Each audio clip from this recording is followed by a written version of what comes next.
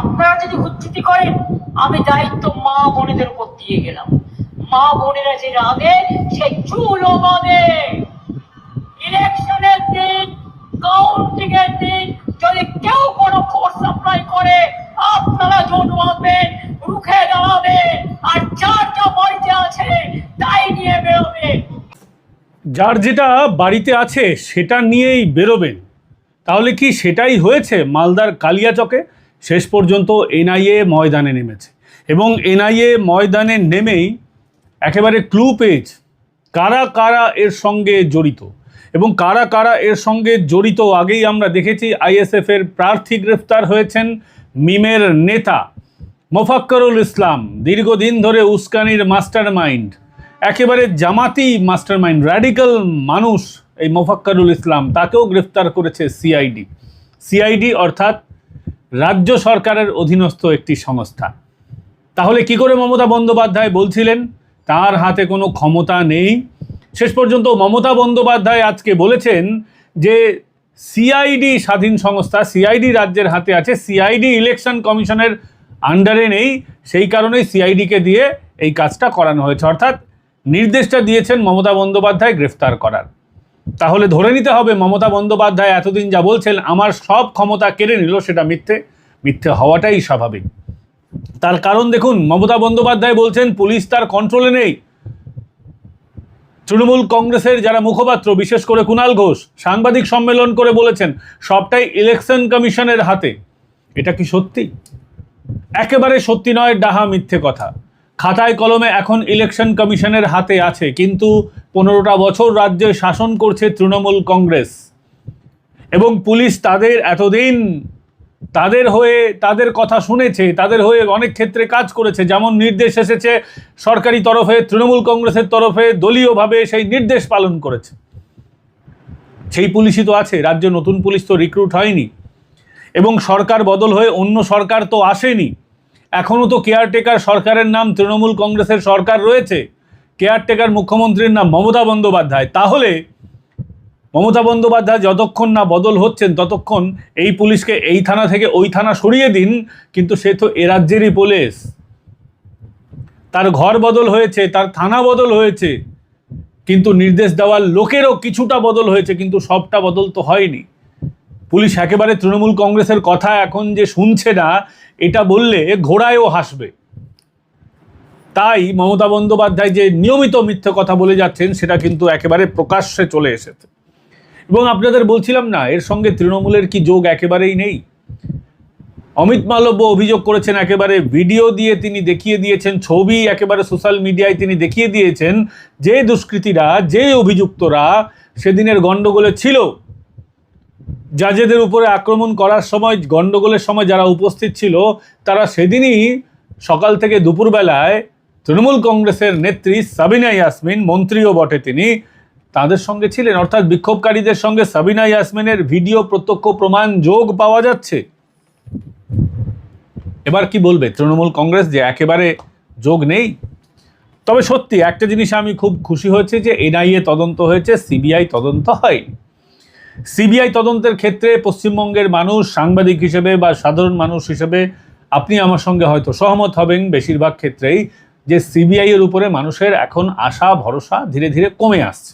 তাই বলে সিবিআই খারাপ এমনটা নয়, কিন্তু সিবিআই এর হয়তো কর্মপদ্ধতি এমন আছে যে তাদের ডিলে হচ্ছে। কিছু কিছু সংস্থা থাকে কুইক অ্যাকশন করে, ইডিতে আপনারা দেখেছেন পটাপট অ্যাকশন হয়, এনআইএতেও পটাপট অ্যাকশন হয়, সিবিআইতেও হয়, হওয়া সম্ভব, অস্বীকার আমরা করছি না যে হয় না, কিন্তু একটা পারসেপশন তৈরি হয়ে গেছে। বিশেষ করে এ রাজ্যে বহু কেস মানুষ আশা করেছিল, সিবিআই সবসময় সেটা ডেলিভার করতে পারেনি।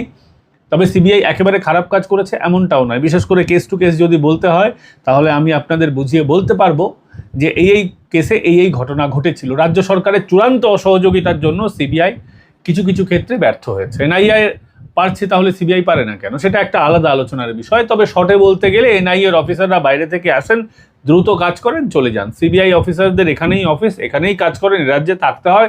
নানান রকম প্রতিকূলতা, আইনি প্রতিকূলতা, সরকারি রাজ্য সরকারের প্রতিকূলতা, তৃণমূলের দলীয় প্রতিকূলতা, এইসব জিনিস থাকে। এবার ঘটনাটা হচ্ছে আপনাদের যেটা বলছিলাম, মন্ত্রী সাবিনা ইয়াসমিন, এখানে কিন্তু আমি মনে করি যে এনআইএ আধিকারিকদের সাবিনা ইয়াসমিনকেও জিজ্ঞাসাবাদ করা উচিত, এবং কারা কারা সেদিন বিক্ষোভে ছিলেন, সাবিনা ইয়াসমিনের সঙ্গে ছিলেন, এগুলো দেখা উচিত। যে তৃণমূলের, যেটা অনেকে সন্দেহ করছেন, ভারতীয় জনতা পার্টির নেতারাও সন্দেহ করছেন যে এই ঘটনার পেছনে তৃণমূলের যোগসূত্র থাকলেও থাকতে পারে, কারণ রাজ্যের মুখ্যমন্ত্রী, কেয়ারটেকার গভর্নমেন্টের মুখ্যমন্ত্রী মমতা বন্দ্যোপাধ্যায়, তৃণমূল নেত্রী, তিনি কয়েকদিন আগেই ধারণা মঞ্চ থেকে বলেছেন যে একটা কমিউনিটি যখন ঘিরে ধরে 12টা বাজিয়ে দেবে না, তখন বুঝতে পারবে একটা কমিউনিটি ঘিরে ধরবে, এবং তারপরে এই একটা কমিউনিটি ঘিরে ধরলো বিচারকদের। একেবারে ইঙ্গিতটা মিলে যাচ্ছে। এ রাজ্যে আগে এই ধরনের ঘটনা ঘটেনি এমনটা নয়, কিন্তু যে তীব্রতার সঙ্গে, এত দ্রুততার সঙ্গে পরপর যে ঘটনাক্রমগুলো ঘটছে, ধর্মান্ধ মানুষরা যেভাবে আক্রমণ করছেন, কখনো সরকারি সিস্টেমের একটা অংশকে, কখনো বিচার ব্যবস্থাকে, কখনো বিরোধী দলের মানুষকে, কখনো বিরোধী গোষ্ঠীর মানুষকে, দেশের যারা সর্ববৃহৎ জনগোষ্ঠী তাদের উপরে যেভাবে আক্রমণ পরপর হচ্ছে পশ্চিমবঙ্গে, বিশেষ করে এই মালদা মুর্শিদাবাদ অঞ্চলে, এর বিরুদ্ধে আরও বড় তদন্ত করা দরকার। কোনো বড় ছক নেই তো এই অঞ্চলটাকে অন্যরকমভাবে ডিস্টেবিলাইজ করার, পশ্চিমবঙ্গটাকে ডিস্টেবিলাইজ করার। এরই মাঝে আমরা দেখতে পাচ্ছি যে নির্বাচন কমিশন কিন্তু ঝোড়ো ব্যাটিং করে যাচ্ছে। নির্বাচন কমিশন আরেকটি ভালো সিদ্ধান্ত নিয়েছে যে রাজ্যে কোথাও একেবারে বিনা অনুমতিতে জমায়েত হবে না। আপনারা দেখেছেন যে সিইও অফিসের সামনে চিফ ইলেকশন কমিশন, নির্বাচন কমিশনের যে দপ্তর রয়েছে কলকাতায়, সেই দপ্তরের সামনে যেভাবে তৃণমূল কংগ্রেসের আশ্রিত কার্যত কিছু বিএলও নামধারী তৃণমূল কংগ্রেসের কর্মী, কার্যত হারমাদ বাহিনী যেভাবে আক্রমণ চালিয়েছে, তাতে এরাজ্যে নির্বাচন কমিশনও সুরক্ষিত নয়, এরাজ্যে সাধারণ মানুষ সুরক্ষিত নয়, এরাজ্যে সাংবাদিক সুরক্ষিত নয়, এই রাজ্যে বিচার ব্যবস্থা অর্থাৎ বিচারকরাও সুরক্ষিত নন। রাজ্যটাকে কোন অধঃপতনের দিকে নিয়ে গেছে তৃণমূল কংগ্রেস, আজকে ভাবতে হবে তো। এর বিরুদ্ধেই আমাদের লড়াই, এই সিস্টেমের বিরুদ্ধে আমাদের লড়াই। এবং নির্বাচন কমিশন আজকে একটা ভালো পদক্ষেপ নিয়েছে। নির্বাচন কমিশন যেমন বিনা অনুমতি নিয়ে কোথাও জমায়েত করা যাবে না, সেই সিদ্ধান্ত যেমনটা নিয়েছে, অন্যদিকে আরেকটি সিদ্ধান্ত নিয়েছে যে এই যে সিএ দপ্তরের সামনে দফায় দফায় বিক্ষোভ হয়েছে, তার জন্য পুলিশকে দিয়ে নোটিশ পাঠানো হয়েছে 2 জন কাউন্সিলর। মনে করা হচ্ছে এরাই মাস্টার মাইন্ড, এরাই হয়তো লোকটোক দিত, এমনটা মনে করা হচ্ছে। এবার পুলিশি তদন্তে সেটা উঠে আসবে কতটা সত্যি কতটা মিথ্যে। তবে অস্বীকার করার তো উপায় নেই, যেই সব কাউন্সিলররাই তো জমায়েত করান। তবে আপাতত নোটিশ পাঠানো হয়েছে কলকাতা পুরসভার 32 নম্বর ওয়ার্ডের কাউন্সিলর শান্তিরঞ্জন কুণ্ডুকে এবং 36 নম্বর ওয়ার্ডের কাউন্সিলর সচিন সিংহকে। এই 2 জন কাউন্সিলর, 32 আর 36 নম্বর ওয়ার্ডের কাউন্সিলরকে নোটিশ পাঠানো হয়েছে। তাদের ভূমিকা পুলিশ খতিয়ে দেখবে। পুলিশি তদন্তের উপর আশা ভরসা আর কি করব, কিন্তু যাক, অন্তত ডাক তো পড়েছে। এতদিন তো শুধুমাত্র বিরোধী দলের নেতাকর্মীদের ডাক পড়তো, সাংবাদিকদের ডাক পড়তো, অন্তত তৃণমূল কংগ্রেসের ডাক তো পড়ছে, মামলা তো হবে। এটা ভেবেও মনে হচ্ছে যে আমরা কি আলোর দিকে এগোচ্ছি, আমরা কি গণতন্ত্রের দিকে এগোচ্ছি। গণতন্ত্রের দিকে এগোতে গেলে সবাইকে ভোট দিতে হবে সঠিক সময়ে। এবং শুধু তাই নয়, আরেকটি ঘটনা ঘটেছে, সেটা হচ্ছে যে যখন অমিত শাহ শুভেন্দু অধিকারীকে নিয়ে মনোনয়ন দিতে যাচ্ছিলেন, সেখানে ব্যাপক বিশৃঙ্খলা করা হয়েছে। ভাবতে পারেন দেশের স্বরাষ্ট্রমন্ত্রী যে অনুষ্ঠানে আছেন উপস্থিত, সেই অনুষ্ঠানে পর্যন্ত তৃণমূল কংগ্রেসের দুষ্কৃতীরা গন্ডগোল পাকাবার চেষ্টা করছে।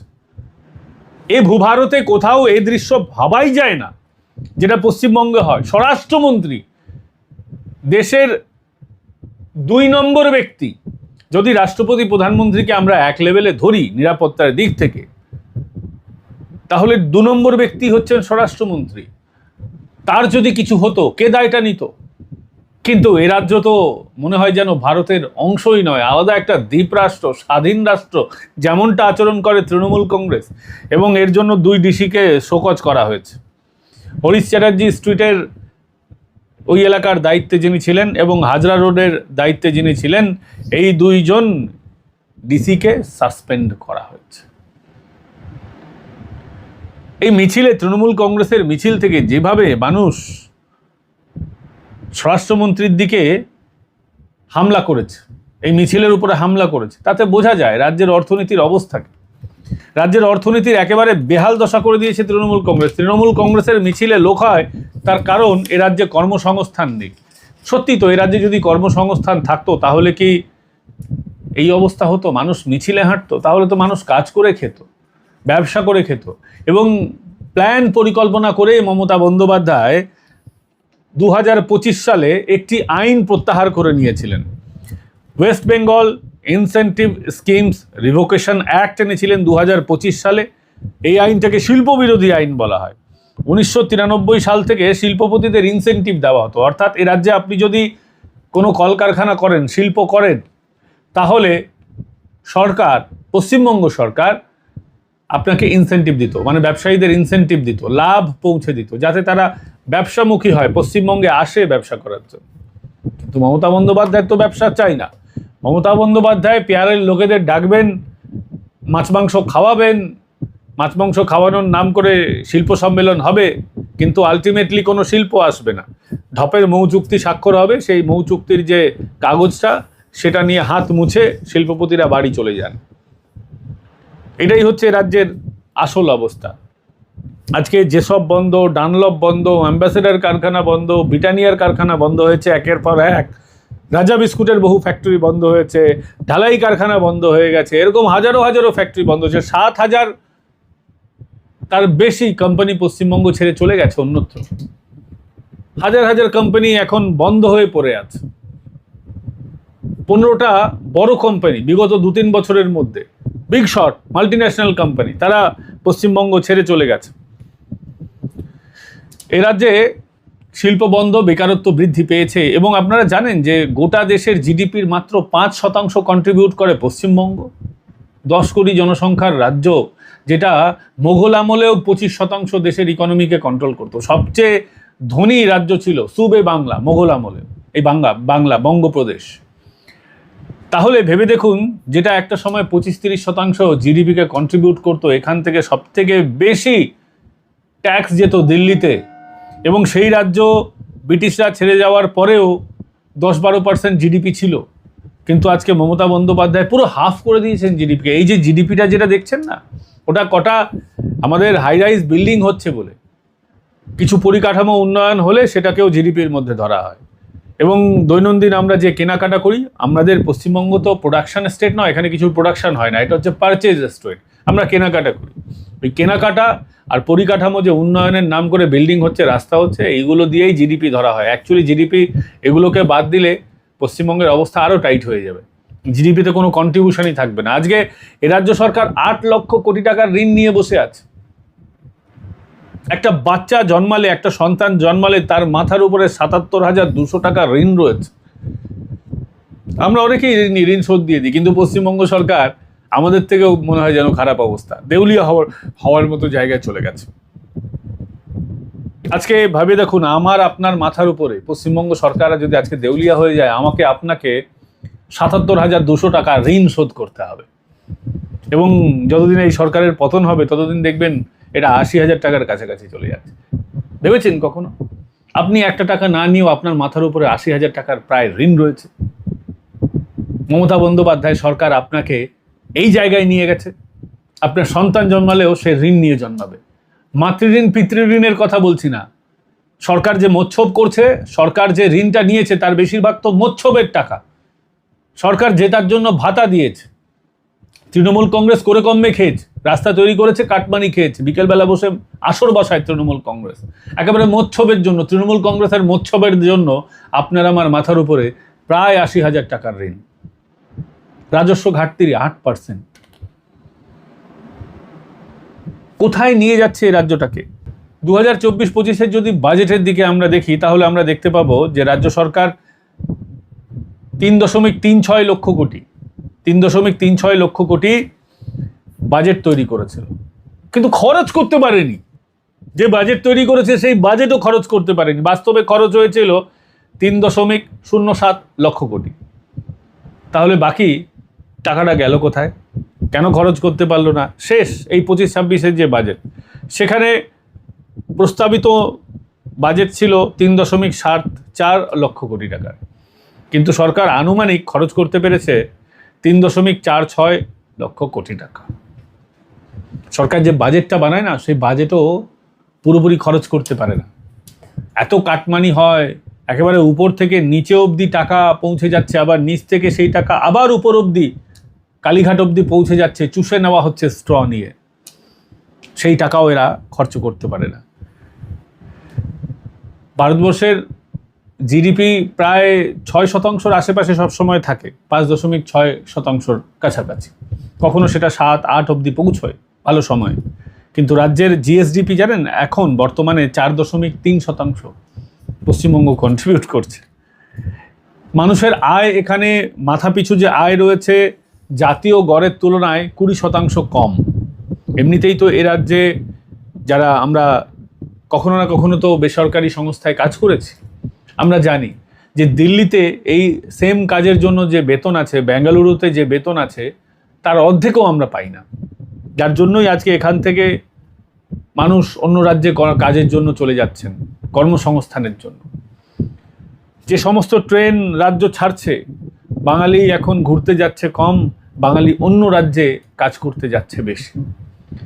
বাঙালি এক সময়ে দেশকে ডাক্তার দিত, দেশকে বাঙালি শিল্প অর্থাৎ গান বাজনা এগুলো বাঙালি দিয়েছে, বাঙালি ব্যবসায়ী দিয়েছে, বাঙালি রবীন্দ্রনাথ দিয়েছে, বাঙালি নজরুল দিয়েছে, বাঙালি বিবেকানন্দ দিয়েছে, বাঙালি ঈশ্বরচন্দ্র বিদ্যাসাগর দিয়েছে। সেই পশ্চিমবঙ্গ আজকে তাকে চেনে মানুষ।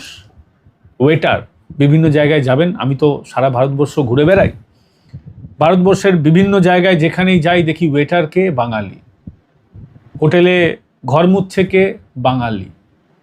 ভাবলে কষ্ট লাগে। বাঙালি কি আজকে আমি কাউকে ছোট করছি না, কিন্তু সাধারণত বিহার থেকে শ্রমিক আসতেন, বাঙালিকে সবাই বলতো বাঙালি সুখী জাতি, বাঙালি বসে থাকবে অন্য কাউকে দিয়ে কাজ করাবে। কিন্তু বাঙালির পকেটে পয়সা নেই, আজকে কাকে দিয়ে কাজ করাবে? বাঙালিকে নিজে কাজ করতে হচ্ছে। এবং এই অবস্থা করে দিয়েছেন আজকে মমতা বন্দ্যোপাধ্যায়। এই অবস্থারই তো আমরা পরিবর্তন চাই, এবং এই পরিবর্তন তখনই আসবে যখন এই সরকারটাকে সরানো যাবে। না হলে কখনো এই সরকারটাকে না ফেললে এই অবস্থার পরিবর্তন হবে না। আজকে আপনার আমার কাছে টাকা নেই, কিন্তু সোনা পাপ্পুদের কাছে কোটি কোটি টাকা। ইডি উদ্ধার করেছে সোনা পাপ্পুর বাড়ি থেকে 1,45,00,000 টাকা, টাকার পাহাড় পাওয়া যাচ্ছে সোনা পাপ্পুর কাছে। এবং সোনা পাপ্পুরা কারা? এরা হচ্ছে তৃণমূলের বিধায়কদের আমচা চামচা, কাউন্সিলরও না, ওই মিছিলে লোকফোক এনে দেয় না, গুন্ডা বদমাইশ টাইপের ছেলে, পাড়ায় পাড়ায় মস্তানি করে, আমার আপনার পাড়ায় হাত কাটা কান কাটা টাইপের ছেলে। এই সোনা পাপ্পু সেই, তাদের কাছে ক্যাশ পাওয়া যাচ্ছে 1,45,00,000, 20 থেকে 25 লক্ষ টাকার আবারও সোনা পাওয়া গেছে। এটা তো উদ্ধার হয়েছে, কত লুকিয়ে রেখেছে সেটা তো আমরা জানি না। বিশ্বজিৎ পোদ্দার ওরফে সোনা পাপ্পু, এরকম তো পাড়ায় পাড়ায় সোনা পাপ্পু আছে। সোনা পাপ্পু, পাপ্পু, গাপ্পু, হাপ্পু, গাব্বু পাড়ায় পাড়ায় ঘুরে বেড়াচ্ছে। এরা কামাবে, এরা বড় লোক হবে, আর আমি আপনি চিরকাল এদের গোলামি করে যাব। আমাদের কি এদের গোলামি করার জন্য জন্ম হয়েছে? আমরা কি পড়াশোনা করেছি এইসব অশিক্ষিত ছেলেদের, এইসব জালি হারমাত দুষ্কৃতীদের গোলামি করার জন্য, তাদের পিছনে পিছনে মিছিলে হাঁটার জন্য? এই অবস্থার পরিবর্তন চাই, তাই পাল্টানো দরকার। এর জন্যই বিজেপি সরকারকে আনতে হবে, না হলে এ রাজ্যটা একেবারে ধ্বংস হয়ে যাবে। এবার আপনি এ রাজ্যকে ধ্বংস হতে নিজের চোখে দেখতে চান? এ রাজ্যটা ধ্বংস হলে তার সাথে সাথে আপনার আমারও ভবিষ্যৎ ধ্বংস হবে। বিচার আপনাদের উপরে ছাড়। ভালো থাকবেন, সুস্থ থাকবেন। আগামীকাল আবার দেখা হচ্ছে আপনাদের সঙ্গে। এতক্ষণ আপনাদের সঙ্গে ছিলাম আমি পঙ্কজ বিশ্বাস, এবং আপনারা দেখছিলেন আপনাদের প্রিয় চ্যানেল পলিটিক্যাল ডেইলি। এই লড়াইয়ে অংশীদার হওয়ার জন্য আপনারা জয়েন বাটন ক্লিক করে আমাদের সদস্য হতে পারেন, সুপার থ্যাঙ্কস পাঠাতে পারেন। যদি ভিডিওটা ভালো লেগে থাকে, আমাদের এই কাজ যদি আপনাদের পছন্দ হয়, সুপার থ্যাঙ্কস পাঠাবেন। এবং যারা নিয়মিত দেখছেন অথচ কেউ কেউ আছে এখনও সাবস্ক্রাইব করেননি, তাদের বলবো প্লিজ সাবস্ক্রাইব করে নিন, বেল আইকন প্রেস করে দিন, যাতে ভিডিও নোটিফিকেশন আপনারা সঙ্গে সঙ্গে পেয়ে যান। আগামীকাল আপনাদের সঙ্গে আবার দেখা হচ্ছে এই চ্যানেলে পলিটিক্যাল ডেইলিতে। দেখতে থাকুন, সঙ্গে থাকুন পলিটিক্যাল ডেইলির।